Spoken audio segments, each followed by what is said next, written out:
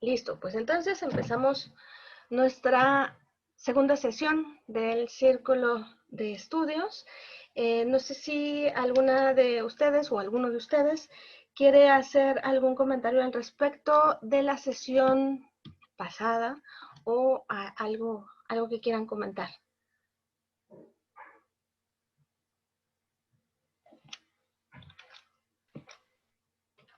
Este, sobre lo que hablábamos la vez pasada de la cortesía y cómo fue desencadenando una serie de procesos en el pensamiento de las burguesías y en general de la gente europea.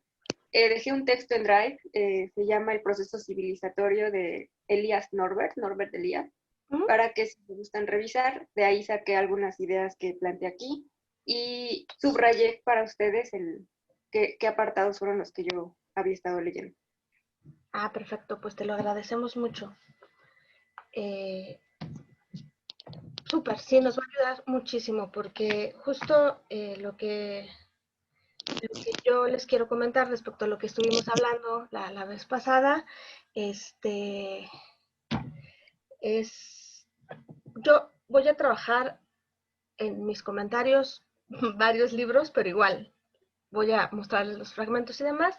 El que habíamos hablado desde la vez pasada de Michel Foucault, de la historia de la locura en la época clásica. Voy a hacer unos comentarios al respecto de este libro, igual les doy las páginas por si alguien está interesado. Igual Michel Foucault, Los Anormales, algunos comentarios. Y de la misma manera, solamente que en diferente, ahora sí que, a ver, espérame tantito. Ok. Y también tomando lo que nos decía Jessica, estuve buscando como que de dónde lo sacaste y encontré el de Norbert Elias, pero el de la sociedad cortesana, porque justo que igual les mando por Telegram y ya Jessica me hace favor de ponerlo en el Drive para que lo tengan. Porque igual es muy interesante hacia dónde nos lleva Michel Foucault respecto a la locura y en qué contexto, de dónde viene todo eso, ¿no? Entonces, es muy interesante ver cómo se va construyendo esto e irlo entendiendo, porque muchas de los contextos y de los acontecimientos de esa época es lo que nos hace hacer y relacionarnos con la vida en general, como lo hacemos. Y más en este círculo que, bueno, el tema de estar revisando a Dolto y a Piaget es justo ver cómo estos dos teóricos, desde su propia experiencia, desde su propia vivencia, van encontrando y abriéndose un camino respecto al trabajo con el mundo infantil, que en su momento pues en cada contexto les muestra cosas bien distintas, pero ahí encuentran, ¿no? Cosas que van a dar la pauta para el desarrollo de ese adulto que después nos vamos a convertir. Entonces, de la misma manera, si lo entendamos en lo micro, con lo humano y con lo individual, también hay que entenderlo en el contexto social. Entonces, los comentarios que voy a hacer hoy al respecto son sobre esos 4 libros. Igual, para como cualquier duda tener referencia e ir como avanzando en la lectura. Entonces, si alguien más quiere comentar algo antes de que les dé mis comentarios. Yo encontré un libro similar al de la historia de la locura de Foucault. No me acuerdo bien el nombre ahorita, se me fue por completo. De hecho, en lo que platicabas me paré a buscarlo, pero la verdad no lo encontré. Pero se los mando en un ratito, también creo que nos puede servir. Igual se enfoca mucho como en la locura y cómo la han ido tomando desde hace años, cómo la han visto como estar enfermo mental. Si estás loco tienes que ir a un psiquiatra, y cómo va desarrollando y va evolucionando la locura con los años. Está muy bueno, lo tengo en físico, pero se los mando, y si lo encuentro en digital igual, se los mando por Telegram. Ah, perfecto, pues buenísimo, sí. Bienvenido. ¿Alguien más? ¿Algún otro comentario? Pues rápido, sí tuve la oportunidad de leer hasta donde nos quedamos la vez pasada, y un poquito más de la biografía de Dolto. Encontré algunas cosas que me interesaron bastante, hice algunas anotaciones y algo que estuve viendo, revisando algunos videos también respecto a la vida de ella, y hay un comentario que me gustó mucho. Cuando todavía escribe Dolto, todavía se le deja escribir desde la experiencia propia. Y dicen muchos psicoanalistas que ahora ya no se permite escribir de la misma manera, siempre tienes que estar citando a alguien previo. Y ella tuvo la oportunidad de no citar a alguien previo y poder arrojar sus ideas locas, que decía ella, de su propia experiencia clínica. Y eso la hace pues más rica en la lectura, porque se lanza ella a proponer, a observar y a describir lo que ella ve sin necesitar citar a alguien previo. Y eso es muy enriquecedor cuando la lees.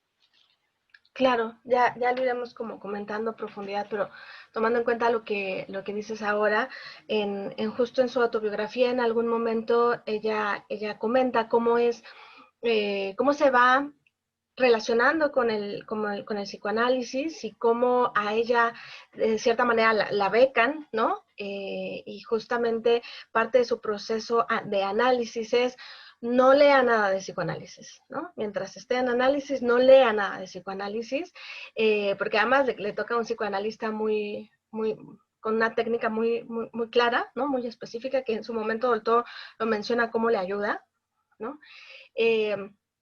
Cómo le ayuda eso, esa técnica, esas formas para algunos casos, pero específicamente a ella, una de las cosas cuando ya termina su análisis, y también lo vamos a comentar, esto que pasa con ella y cómo ella se da cuenta, parte de lo que ella tiene que hacer para terminar con esto es volverse ya analista de 3 personas, pero lo que le piden son 3 adultos.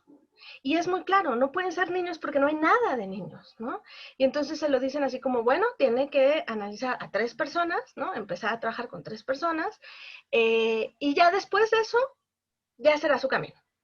Uh-huh. Pero es su camino. Ya si es con niños o lo que sea, es como, ya es tu asunto, ¿no? No se está en eso, no se plantea nada de eso. Y en eso, bueno, Dolto se encuentra con un mundo de posibilidades y eso es maravilloso porque, pues de cierta manera le permite, más que seguir un camino, es abrir un camino. Y justo lo comentaba con Fernanda antes de empezar las sesiones. Pues lo que le pasa a Olto es que va buscando el puente entre ese mundo infantil y el adulto desde que nace, ¿no? O sea, ella mira y se relaciona con las cosas de una forma distinta, ¿no? Le cuesta trabajo entender ahora sí que el lenguaje de estos adultos, el cómo hablan, el cómo se relacionan, hasta que medianamente lo va como comprendiendo y va ajustándose a esto, pero es algo que vive como total experiencia y que esto le sirve para cuando se relaciona con el mundo infantil, darse cuenta de eso, ¿no? De que el tema con los niños es que no están metidos en este mundo de adultos y en esta forma de relacionarse, incluso con el lenguaje y demás, como los adultos, y ahí radica su riqueza, ¿no? Por eso un poco de lo que mencionábamos la vez pasada en la pregunta que tú planteaste y dejaste como en la mesa para todos, para quienes queramos contestarla o tratar de desmenuzarla, es si se institucionaliza desde ellos, ¿no? El trabajo con los niños. En este caso, yo leyendo la autobiografía de Dolto y la experiencia que vive con ella misma, ¿no? Y en todo su proceso, ¿no? Como parte de lo que ella va viviendo en diferentes aspectos, no solamente en el tema del psicoanálisis, que eso ya es muy adelante, sino en su propio trabajo como pediatra, ¿no? Es es más bien encontrar otro camino alterno al puesto, ¿no? Al institucionalizado, porque no alcanza, ese puente no alcanza. Y lo sabe perfectamente porque ella no le alcanzó, ¿no? Entonces, esta parte es como muy, muy interesante, pero bueno, como haciendo alusión al comentario que haces. ¿Alguna otra cosa más?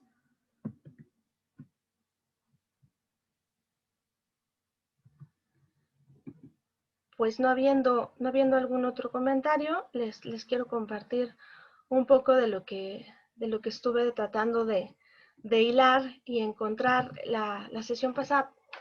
La sesión pasada salieron cosas muy interesantes. Vamos a dejar un poquito, pareciera que nos salimos de la autobiografía de ambos, tanto de Piaget como de Dolto, pero más bien es importante contextualizar algo que trajo a la mesa Jessica, ¿no? Que le da mucho sentido a todo lo que van a vivir, y además algo muy importante que siempre vamos a tener como sombra con estas dos personas, las guerras, ¿no? La Gran Guerra, como la Primera Guerra Mundial, y la Segunda Guerra, que es parte de lo que pues de lo que a ellos ya les toca como revivir de la Primera Gran Guerra y ver los efectos que tienen, ¿no? Entonces, pero es importante ver los contextos que trae a la par lo que comentaba Jessica. Nos quedamos con una parte al final, ¿no? Al final, que siempre, seguramente estas sesiones tendrán siempre finales atropellados porque tenemos como poquito tiempo, pero sale una palabra bien interesante, la menopausia de la madre de Dolto, ¿no? Y justo en el tema de la menopausia, Jessica Salti dice, bueno, hay que tratar el tema de la menopausia porque en algunos aspectos el tema de la menopausia va a ser puesto como, el papá de Dolto le dice a Dolto, tu mamá está en su época mala, ¿no?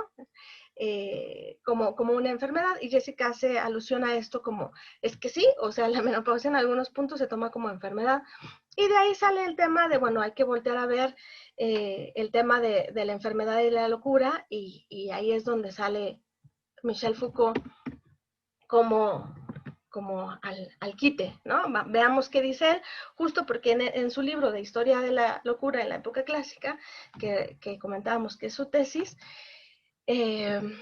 pues habla justo de esto. Entonces, quiero hacer primero alusión a un parrafito, unos párrafos donde Dolto habla de su experiencia en el psiquiátrico. Ajá. Y para ahí, entonces, saltarnos a Foucault. Voy a tratar de hacerlo lo más rápido posible, y si no alcanzamos a hacerlo, bueno, seguimos el lunes, pero les voy a compartir un poco la pantalla para que podamos ir leyendo un poco juntas para que sea más sencillo. Entonces, permítanme tantito. Esto, lo que hice fue solo transcribir a un Word para que fuera más fácil compartir, ¿no? Justo es en la página 99 de su autobiografía, cuando empieza ella a hablar de esto, y dice, no es a partir de los 18 años cuando hay que ocuparse de estas personas, hablando de esta experiencia, sino desde su infancia. Todo lo que cuentan esas personas que llegan en estado delirante son siempre cosas de la infancia, aunque solo comience a manifestarse a los 18 años porque fueron cortejadas por un tipo que las plantó en su trabajo, o porque amaron a alguien que no se dio cuenta, o cualquier otra cosa, siempre es papá quien aparece. No es el tipo en cuestión del que se trata, él solo está ahí como prestanombres, así como en el caso de una mujer en la menopausia. Jamás es su marido, sino su papá, que se le aparece en forma de pequeño demonio al pie de la cama porque miró al cartero que le guiñó un ojo o cualquier cosa. Siempre eran historias así. Además, otro aspecto del hospital psiquiátrico era de un momento a otro. Esas mujeres se encontraban sin un peine, un cepillo de dientes, un corsé, ya no les quedaba más que una camisa de algodón burdo y un vestido encima. Era preciso que nadie pudiera estrangularse, hacerse daño con nada. Comían con cuchara porque los tenedores eran peligrosos. Vaya, era la locura. De verdad eran los humanos que se ocupaban de aquello quienes creaban un campo de concentración espantoso. Además, yo era una sola interna para 1,200 mujeres. Los años que siguieron a la crisis de 1929 fue una época en la que todos los días había mujeres que ingresaban, retrasadas seniles metidas allí por la familia porque a la gente ya no le quedaba lugar en los apartamentos, y yo debía encargarme no solo de recibir y tratar a las personas, sino de todo lo demás. Hice por lo menos 10 autopsias para averiguar de qué habían muerto algunas mujeres. Y estaba sola, hacía las autopsias sola. Luego el informe de autopsia. Es muy curioso, todas esas mujeres morían de ateroma. Todas tenían las arterias atascadas de porquerías blancas a lo largo de las paredes. Entonces concluía que habían muerto de ateroma, pero vaya a saber de qué habían muerto esas pobres mujeres. Este párrafo rescatado de la autobiografía de Dolto nos habla un poco de lo que es su experiencia para ella, ¿no? En un psiquiátrico, y el cómo es el trabajo con las personas en el psiquiátrico en ese entonces. Entonces, retomando esto, en la historia de la locura de la época clásica, bueno, Michel Foucault hace un recorrido bastante interesante por esto, pero quise centrarme y rescatar de este libro el tema de la lepra y cómo son tratados las personas con esta condición y cómo se van construyendo los espacios para ellos y quiénes y cómo van a ser después sustituidos por los leprosos. Porque digamos que hay un inicio muy interesante de cómo es tratado aquel que es enfermo, y lo vamos a poder enlazar con cómo después la locura es una enfermedad como del tipo y se entrelazan, ¿no? Entonces, igual, todos estos pequeños párrafos que les voy a compartir están sacados de Historia de la locura de la época clásica del tomo 1. En esto se basa las páginas que les puse aquí. Entonces, espérenme un tantito. Y si alguien quiere hacer algún comentario, puede interrumpir en cualquier momento. De la página 13 solo rescatar esto. Al final de la Edad Media, la lepra desaparece del mundo occidental. Página 16, la lepra se retira abandonando lugares y ritos que no estaban destinados a suprimirla, sino a mantenerla a una distancia sagrada, a fijarla en una exaltación inversa, lo que durará más tiempo que la lepra y que se mantendrá en una época en la cual, desde muchos años atrás, los leprosarios están vacíos. Son los valores y las imágenes que se habían unido al personaje del leproso. Permanecerá el sentido de su exclusión, la importancia en el grupo social de esta figura insistente y temible, a la cual no se puede apartar sin haber trazado antes alrededor de ella un círculo sagrado. El abandono, página 17, el abandono le significa salvación. La exclusión es una forma distinta de la comunión. Y aquí solamente hacer un comentario. Él habla de cómo, por ejemplo, incluso esta salvación divina de la que se hablaba religiosamente, era muy interesante porque aunque de las iglesias no eran aceptados, eran excluidos totalmente, ¿no? Se decía, ¿no?, que parte de la salvación era necesaria la exclusión de todos, incluso de aquellos religiosos que tendrían que ayudarlos, porque mientras fueran excluidos de todos lados, entonces esto lo que les permitiría es el acceso a ese círculo sagrado de salvación en donde está como el lugar para el leproso, ¿saben? Como esta no solamente cura más que física, como espiritual. Entonces es muy interesante ese lugar en donde se pone a toda la sociedad no leprosaria, ¿no? En donde su abandono, su exclusión de los leprosos es parte importante y necesaria para la salvación de los leprosos. Entonces aquí es bien interesante porque la exclusión se pone en un lugar de salvación, donde la exclusión es necesaria para dar pauta a la salvación de aquel que en este caso la lepra está enfermo, ¿no? Continúo. Desaparecía la lepra, olvidado el leproso o casi, estas estructuras permanecerán, a menudo en los mismos lugares. Los juegos de exclusión se repetirán en forma extrañamente parecida, 2 o 3 siglos más tarde. Los pobres, los vagabundos, los muchachos de correccional y las cabezas alienadas tomarán nuevamente el papel abandonado por el ladrón y veremos qué salvación se espera de esta exclusión, tanto para aquellos que la sufren como para quienes las excluyen. Y entonces aquí el sistema se cierra por completo, en donde al terminar la lepra, por eso era importante ver cuándo termina, ¿no? Finales de la Edad Media, ese espacio queda ahí. Ajá. Y se va a tomar, se va a poner ahí a todas estas figuras que aparecen y empiezan a ser excluidos, como los leprosos. Y es bien interesante cómo de una enfermedad biológica se pasa y se construye esta enfermedad que es más del tipo social, porque estamos viendo cómo en el lugar de los leprosos se pone a los pobres, a los vagabundos, a los muchachos de correccional. Ajá. Y este término que usa Michel Foucault, cabezas alienadas. Ajá. Entonces es muy interesante cómo se hace este paso. Y aquí es donde, bueno, más adelante vamos a encontrar el contexto histórico del que nos habla Jessica, porque no sale solo.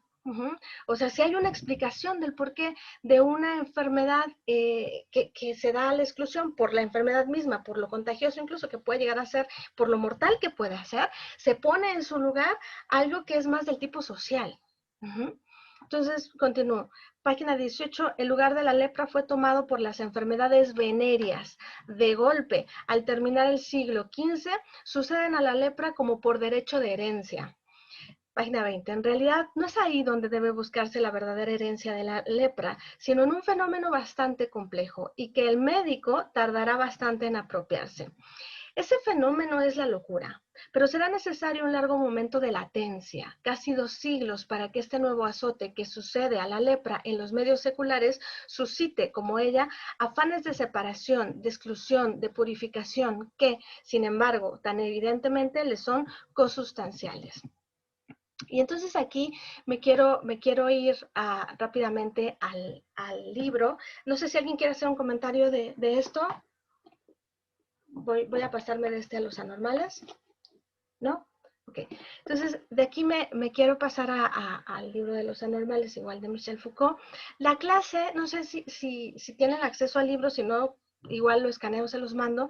La clase que sería muy interesante que se diera la oportunidad de leer es la clase del 5 de febrero de 1975, porque hay 3 casos de los que se habla, pero específicamente hay un caso del que vamos a retomar, porque aquí es donde ya vamos a empezar a encontrar el puente hacia la menopausia. Ya empezamos a encontrar el cómo entre la exclusión y la salvación se empieza ¿de dónde empezó el lugar que se abre? Primero con la lepra, después va tomando otras formas, como más del tipo social, y ahí va a tener un espacio perfecto la locura.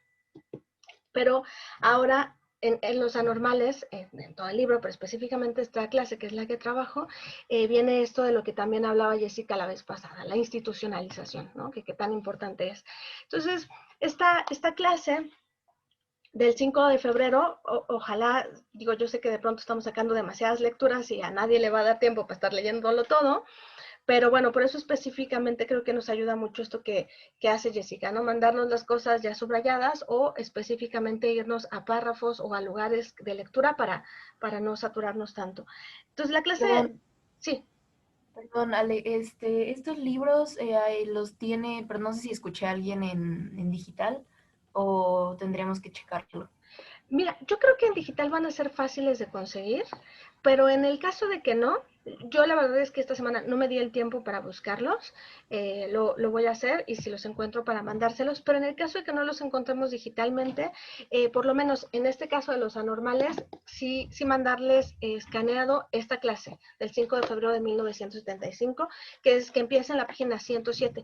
Yo solo voy a retomar párrafos como para contextualizar, pero ese sí, seguro, esa clase seguro se las mando en la semana para que si me es posible mañana, si no, en la semana se las mando y me voy a dar la oportunidad de buscarlos digitalmente ya todos los libros y si los encontramos con mucho gusto los mandamos.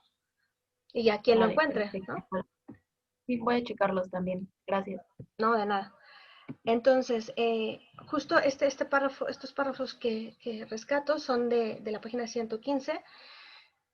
La psiquiatría, tal como se constituyó entre finales del siglo XVIII y principios del XIX, sobre todo, no se caracterizó como una especie de rama de la medicina general.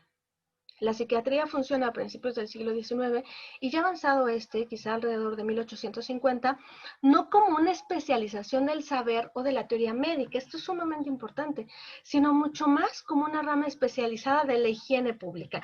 Y aquí es donde empezamos a encontrar estos puentes hacia lo que Jessica en su momento mencionó, ¿no? Hacia esta higiene pública habla de cómo socialmente hay cosas que se aceptan y otras cosas que se excluyen. Y esto lo unimos justamente con lo que les compartí de la historia de la locura en la época clásica, con respecto primero a la lepra y después a enfermedades como del tipo social. Entonces, vean cómo la psiquiatría no parte de la medicina. Agarra su fuerza y su inicio en ser una rama especializada de la higiene pública. Ajá. Sigo. Antes de ser una especialidad de la medicina, la psiquiatría se institucionalizó como dominio particular de la protección social contra todos los peligros que pueden venir de la sociedad debido a la enfermedad o todo lo que puede asimilar directa o indirectamente a esta. La psiquiatría se institucionalizó como precaución social y esto de verdad hay que tenerlo como muy presente, muy claro, porque vamos a encontrar a partir de aquí, y bueno, hay muchos textos a los que podemos hacer referencia, pero no olvidar cómo ciertas disciplinas que tienen que ver con lo mental parten de una higiene social porque lo que se busca es una protección hacia lo desconocido. Ajá. Eso que empezó siendo una exclusión social por necesidad para no contagiar, sino que se vuelve ya a enfermedades más del tipo sociales, es lo que pone en peligro a la sociedad. O sea, todos estos excluidos, se fijan, empezamos hablando de los leprosos, pero después hablamos de los pobres, de los chicos de correccional, o sea, vean cómo esto se va formando y dentro de esto es donde nace la psiquiatría, ¿no? Sí, Entonces, yo creo que sí. también es importante decir a qué sociedad pone en peligro, Uh-huh. ¿no? Porque no todas las sociedades son puestas en peligro por estas personas o estas personalidades que le dan a la pobreza, al vagabundo. Entonces también creo que en algún momento podríamos definir qué sociedades son las que se ven espantadas por estas marginalidades, ¿no? Yo creo que eso va a ir saliendo conforme vayamos revisando esto que inicia, ahorita estamos como agarrando el filo parisino, ¿no? El filo francés que se va dando, pero de ahí vienen muchas cosas, porque de ahí se implanta en las sociedades el bien vivir. Ajá.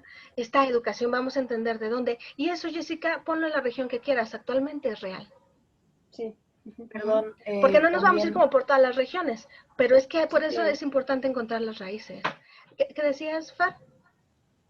que haciendo alusión a lo que comenta Jessica, quizá la pregunta en sí sería, ¿por qué las sociedades excluyen? Así que, ¿qué fue lo que origina la exclusión de este grupo de personas? Claro, y para allá vamos. O sea, ahorita justo, lo que pasa es que vamos de afuera para adentro.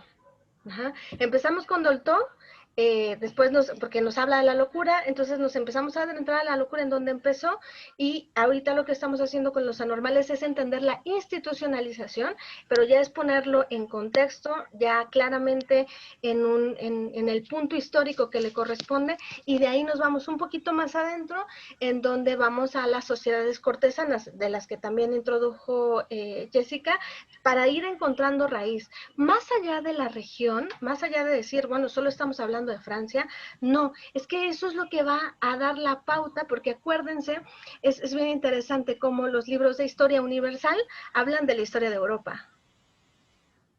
Y es que eso nos Sí, forma. Ajá. Y sí, no es nada más el eurocentrismo como lo nombra Dussel.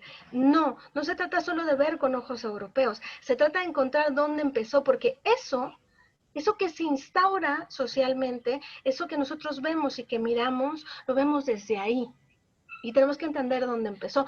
Evidentemente en cada región va a ser distinto. En otro de los textos que estuve revisando, que compartió Jessica, de pronto revisándolo no le encontraba el hilo, pero bueno, está escrito por un colombiano, hablando de esto, cómo se va construyendo para América Latina, específicamente para Colombia, pero encontramos las mismas raíces, ¿no? Ya en su momento se puede regionalizar, dependiendo del interés particular de cada quien. No lo podríamos hacer aquí porque entonces nunca llegaríamos ni a Dalton ni a Piaget, pero sí es importante encontrar raíz y encontrar cómo esto de lo que hablábamos la sesión pasada de las sociedades cortesanas, de la institucionalización de lo científico. En su momento hablaremos ya del tema de filosofía lógica, pero es que justo es ir de afuera hacia adentro entendiendo cómo se fue construyendo, como para ir como despejando esto. ¿Va? Entonces, continúo un poquito más. La psiquiatría se institucionalizó como precaución social, como higiene del cuerpo social en su totalidad. Nunca hay que olvidar que la primera revista en cierto modo especializada de la psiquiatría en Francia fue Los Annales d'Hygiène Publique, es una rama de la higiene pública y por consiguiente habrán de darse cuenta de que la psiquiatría, para poder existir como institución de saber, es decir, como saber médico fundado y justificable, tuvo que efectuar dos condiciones simultáneas. En efecto, por una parte debió codificar la locura como enfermedad, tuvo que patologizar los desórdenes, los errores, las ilusiones de la locura. Fue preciso llevar a cabo análisis, sintomatología, nosografía, pronósticos, observaciones, historiales clínicos, etcétera, que aproximaran lo más posible esa higiene pública. E incluso la precaución social que estaba encargada de asegurar el saber médico y, en consecuencia, permitieran el funcionamiento de ese sistema de protección en nombre de este saber. Pero por otra parte, podrán advertir que fue necesaria una segunda codificación, simultánea a la primera. Al mismo tiempo hubo que codificar la locura como peligro. Es decir, que fue preciso hacerla aparecer como portadores de cierto número de peligros, como esencialmente portadora de riesgos. Y por ello, la psiquiatría, en la medida en que era el saber de la enfermedad mental, podía funcionar efectivamente como la higiene pública.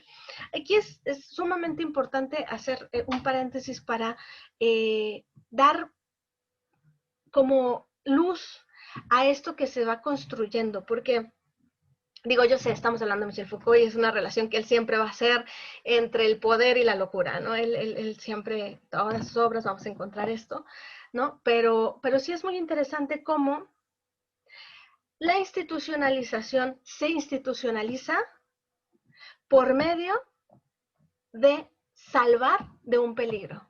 Pero si no hay peligro, lo construyo. Es muy interesante porque hablar de institucionalización es también hablar del conocimiento.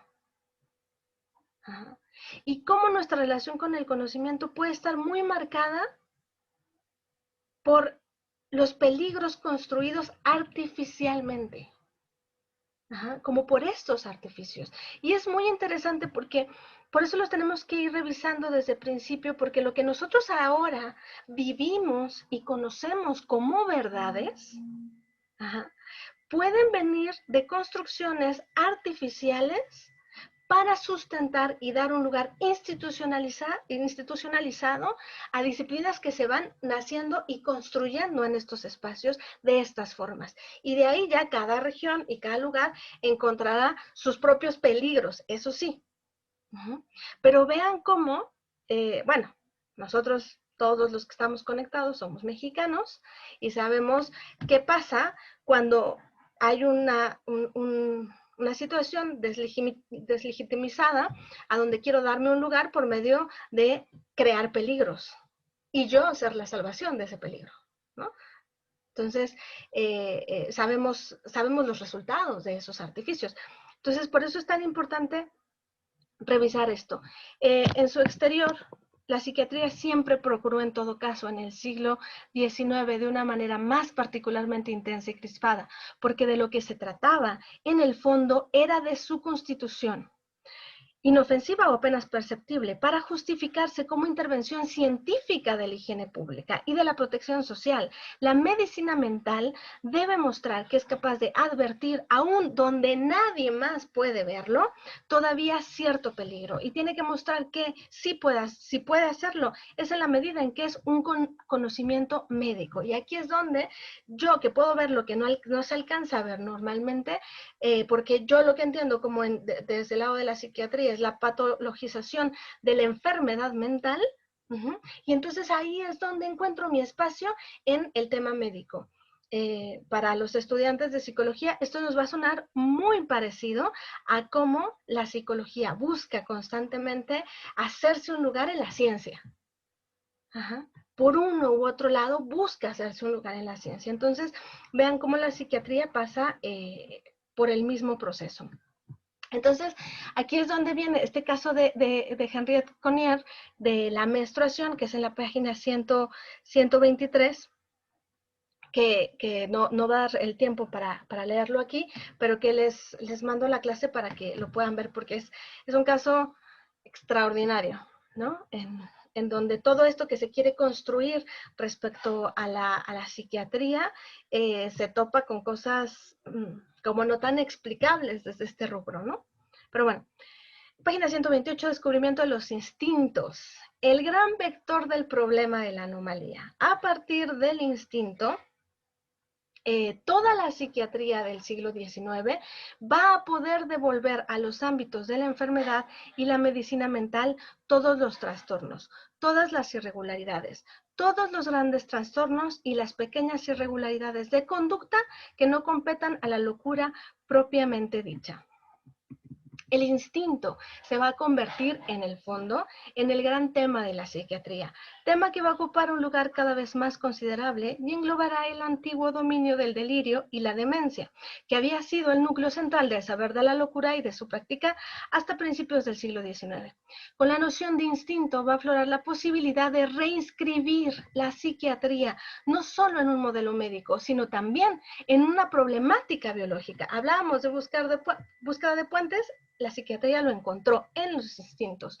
Con la noción de instinto va a aflorar la posibilidad de reinscribir la psiquiatría no solo en un modelo médico, sino también en una problemática biológica. En los últimos años del siglo XIX, la psiquiatría va a quedar enmarcada por dos grandes tecnologías. Y aquí esta es la parte que ya nos va a conectar con todo lo demás. Por una parte, la tecnología eugénica, con el problema de la herencia, la purificación de la raza y la corrección del sistema instintivo de los hombres mediante la depuración racial. Aquí ya no se trata que si de pobres, que si de chicos de la correccional, que si eso le temía en Europa. No, aquí ya tiene la forma completa. Pónganle ustedes los nombres que quieran. Pongan el nombre que quieran. Pongan a los excluidos que quieran. Pero aquí lo que vamos a buscar es la corrección del sistema instintivo de los hombres mediante la depuración racial. Y eso se acerca muy cercanamente a Segunda Guerra Mundial. Por otra parte, y aquí esto es, hasta se me va a enchinar la piel, por otra parte, la gran tecnología de los instintos, el otro gran medio que se propuso simultáneamente en una sincronía que es muy notable, la otra gran tecnología de la corrección y normalización de la economía de los instintos, que es el psicoanálisis. La eugénica y el psicoanálisis son esas dos grandes tecnologías que, a fines del siglo XIX, se levantaron para dar a la psiquiatría un asidero en el mundo de los instintos. La razón de que se haya pasado de una psiquiatría del delirio a una psiquiatría del instinto, con todas las consecuencias que eso iba a tener para la generalización de la psiquiatría como poder social, está, creo, en el encadenamiento del poder. Entonces, bueno, por la hora no vamos a poder avanzar mucho más de aquí. Lo que sigue y lo que les quiero compartir después de hacer estos puentes en los que nos ayuda Michel Foucault es entonces dirigirnos a la parte de de lo que hablábamos ir como más profundamente de las sociedades cortesanas. Y solo como adelanto de esto, por si lo quieren revisar antes del lunes que nos veamos, parte de lo que quiero revisar y compartirles es justo de este libro en la página 107, Etiqueta y ceremonial, conducta y mentalidad de hombres como funciones de las estructuras de poder de su sociedad en las sociedades cortesanas. Y lo que vamos a encontrar va a ser un parte importante de la raíz de donde resurge esto que vimos hoy. Hasta aquí lo dejo por hoy para que tengamos la oportunidad de hacer comentarios. ¿Alguien que quiera hacer algún comentario?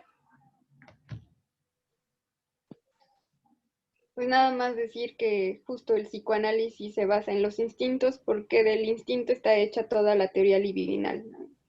Si algún momento la quieren revisar, todo lo que viene de la libido lo basa en el instinto, Freud. Entonces, ahí dejo ese comentario. Bueno, pues para que los comentarios tengan más profundidad, te invitamos a que lo compartas, no para personas que estudian psicología, porque no son las personas solo las que estudian psicología quienes van a ver esto, y no todas van a querer aventarse a Freud, pero si nos quieres apoyar en poder hablar de esto un poquito más profundamente, pero con un lenguaje más abierto, más para la gente común, aquella que no necesariamente queremos chutarnos a Freud, ¿no? Entonces, pues bienvenido si te interesa por ahí. Sí, preparo mi comentario. Bueno, perfecto. ¿Alguien más que quiera hacer algún comentario? Bueno, a mí me gustó mucho lo que comentaste, de hecho lo anoté. Lo que conocemos como verdades puede venir de construcciones artificiales. Y anoté un comentario, necesidades artificiales. Realmente creo que nos puede servir mucho el indagar el por qué. Me cuestiono mucho el por qué las sociedades empiezan a hacer esta exclusión de los grupos. Y pues bueno, nada más era eso, que tu comentario me agradó bastante. Y que bueno, hay que seguir trabajando por ahí porque justo es bien interesante todo lo que estamos hablando aquí y cómo se va a aterrizar en la infancia. Ajá. Ahí es donde vamos a encontrar cosas demoledoras, porque de eso está hecha la institución, de hecho, de eso está hecha la institución escolar, ¿no? La institución médica, y justo todo el trabajo que se hace con los niños tiene que ver con estas construcciones que de pronto tomamos como verdades, como parte de nuestra vida, ¿no? Y no sabemos de dónde vienen. Haciendo una alusión y tratando de aterrizar esto a la cotidianidad, que ese sería el sentido también de este círculo, es como de repente habemos personas que podemos estar muy casadas con los buenos modales, con la puntualidad, ¿saben? Con estas cosas que pareciera son importantes y lo vivimos como una certeza y verdad de vida y no sabemos de dónde viene. Sí, da prestigio, pero hay un porqué da prestigio. Y lo Siento que que construye sobre eso. Perdón. muy en el fondo siento que esto viene de la necesidad del control de las sociedades, que a veces no se puede tener con tanto conocimiento y desde la educación que empieza como a tener esta necesidad de control y nos dicen qué es lo que vamos a aprender y realmente vayas a la escuela que vayas, sea del tipo que sea la escuela más constructivista y perfecta, realmente quienes deciden qué es lo que vas a aprender no son los maestros. Entonces siento que mucho esa necesidad de control de las sociedades. Vamos a encontrar cosas bien interesantes en las sociedades cortesanas. Y muy curioso, más que el control, va a ser la pérdida y la sustitución de lo que se pierde de un lado, ponerlo en el bien vivir, en la buena conducta, para hacer diferencia. Esta diferencia, yo necesito al leproso, para yo saberme no leproso. Y ese lugar ocupado por los locos, que pueden ser los locos con enfermedades venéreas sexuales, o los locos sociales, o los locos pobres, o lo que sea, pero esos excluidos, esos confinados, me permiten a mí saber que yo no lo soy. Por eso ahí, entre la exclusión y la salvación, vamos a encontrar muchas cosas, y el control ya va a ser un aparato construido socialmente, ya muy moderno, pero que va a tener sus raíces ahí. Ya lo platicaremos en la siguiente sesión. Jessica, ¿querías decir algo? Sí, encontré en la autobiografía de Dolto, esta parte que habla de la hora exacta. Y dice, yo no sabía que, o sea, a ella le emocionaba mucho la hora exacta, escucharla, ¿no? Y que ahora ya era para nosotros muy común. Entonces, en esto que tú dices, de cómo en la cortesía se va haciendo esto de ser muy puntual, ser muy amable, bueno, eso no existía y es bien reciente, ¿no? O sea, que Doltón nos esté hablando de que no existía la hora exacta para todos, es hace bien poquito tiempo, ¿no? Para la humanidad. Entonces, este artificio de tener un tiempo real, porque ahora ya hablamos en esos términos de tiempo real, hora exacta, son cosas que se nos han metido ahorita y la verdad yo nunca me había puesto a pensar que la hora en el mundo no existía. Entonces, eso me encantó esa parte del comentario de Dolto. Sí, es maravilloso que la hora exacta era la hora que marcaba la Torre Eiffel, ¿no? Y entonces esa no la teníamos digitalmente todos, entonces era emocionante escuchar desde estos aparatos que no todos tenían, innovadores, en donde se recibían por medio de ondas la hora exacta. Entonces el relojero esperaba ese momento y te ponía la hora exacta en tu reloj. Ya lo platicaremos. Pues muchas gracias por este día, se va a poner muy interesante todo lo demás. Nos vemos el próximo lunes, otra vez corto, estrepitosamente, porque ya tenemos nada de tiempo, pero bueno, cualquier cosa, pues por acá nos vemos. Y yo lo que les quiero compartir en la siguiente es lo que faltó. Les mando los textos para que igual se puedan poner al corriente y ojalá puedan leer lo del caso que les comento, porque nos va a dar mucha luz respecto a la menopausia. Pero bueno, tengan un bonito día, cuídense mucho y nos vemos.